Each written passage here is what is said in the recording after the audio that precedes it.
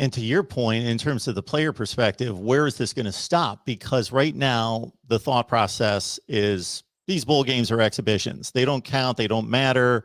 Well, you know that they matter. They count on the team's record just like another non-conference game. If Georgia's 10-2 and they go win the Sugar Bowl, they're 11-2. That's their final record. Yeah. And so where does this stop? Well, because the regular season is so sacred, well, 75% of those games don't count toward a championship.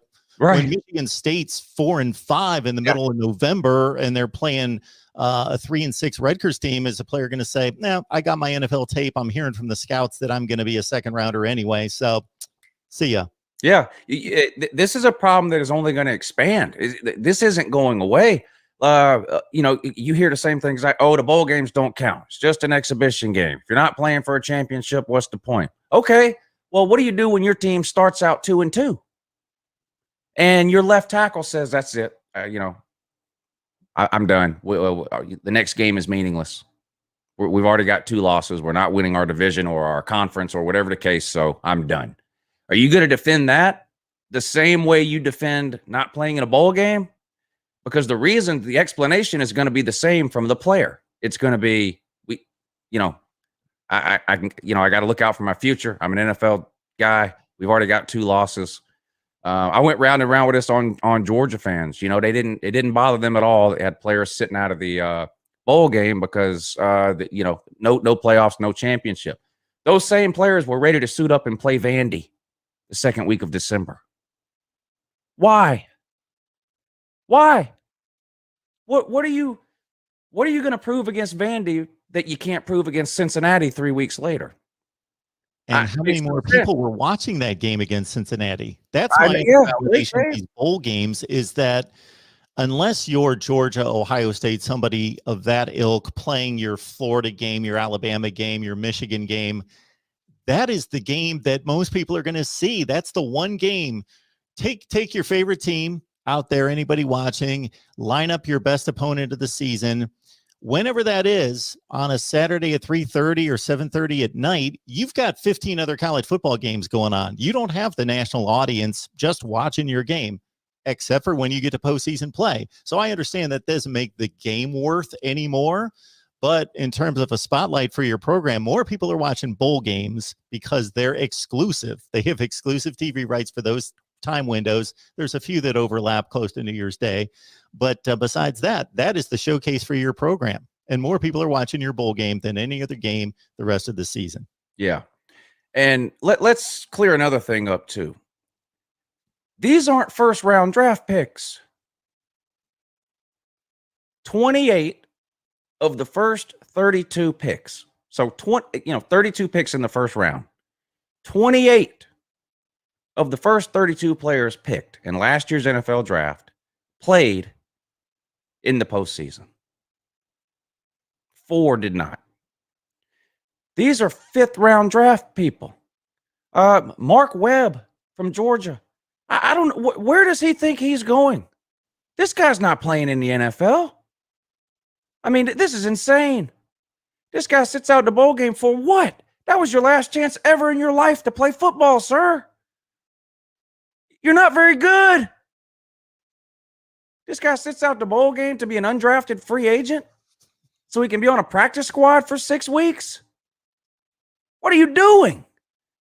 This is so far out of hand now. That's what I'm saying. There's no way it's getting better.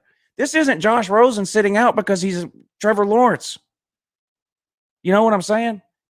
These are 5th, 6th, 7th round picks, undrafted free agents that are sitting out. Why?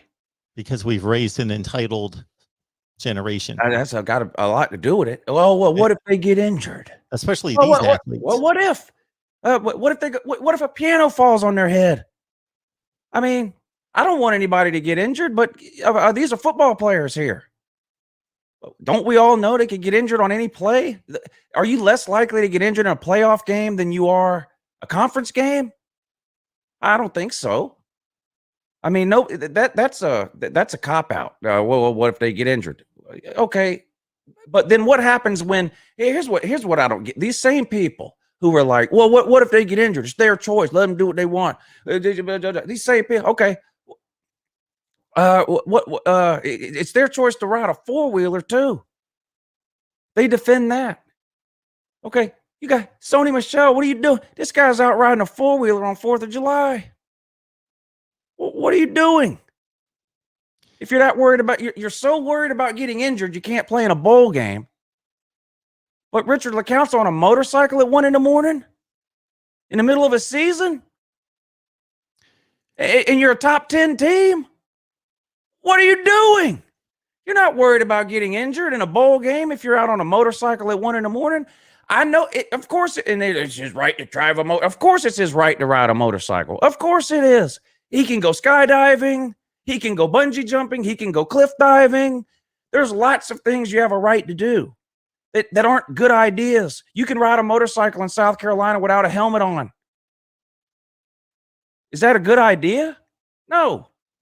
So, what if they get injured in a bowl game? But then they're the first ones to defend. A player's got the right to ride a four-wheeler. I know he's got the right. He's got the right to stay out till 3 a.m. on Friday night drinking beer. He's got the right to do that if he's 21, if he's a junior or a senior. It's not against the law. Is it a good idea? Scholarship. Is it a good idea? No. And by receiving that scholarship, you're signing a contract. You're basically signing a contract when you receive that scholarship, and you need to fulfill a contract. And they're basically breaking a contract when they're doing that as well. Football players, I get it. They're students. I understand that. They're not treated like anybody else. They live like kings and queens. They eat the best food. They eat better than anybody else. They live better than anybody else. But you do have to give some things up. You can't be at every fraternity party till 2 a.m. You might not be able to go Cancun or whatever on spring break. You got to stay and practice football instead or whatever. So you give a lot up, but you get a lot in return. And even if you don't make it to the NFL, you've got $100,000 degree and unlimited earning power. And you're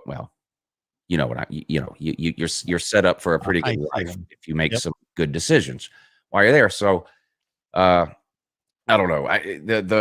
This mentality, if I'm draft eligible, I'm not playing in the bowl game. What about the quarterback? What about okay, you got a quarterback. He's borderline. Maybe he gets a Senior Bowl invite, Maybe he gets invited to the combine.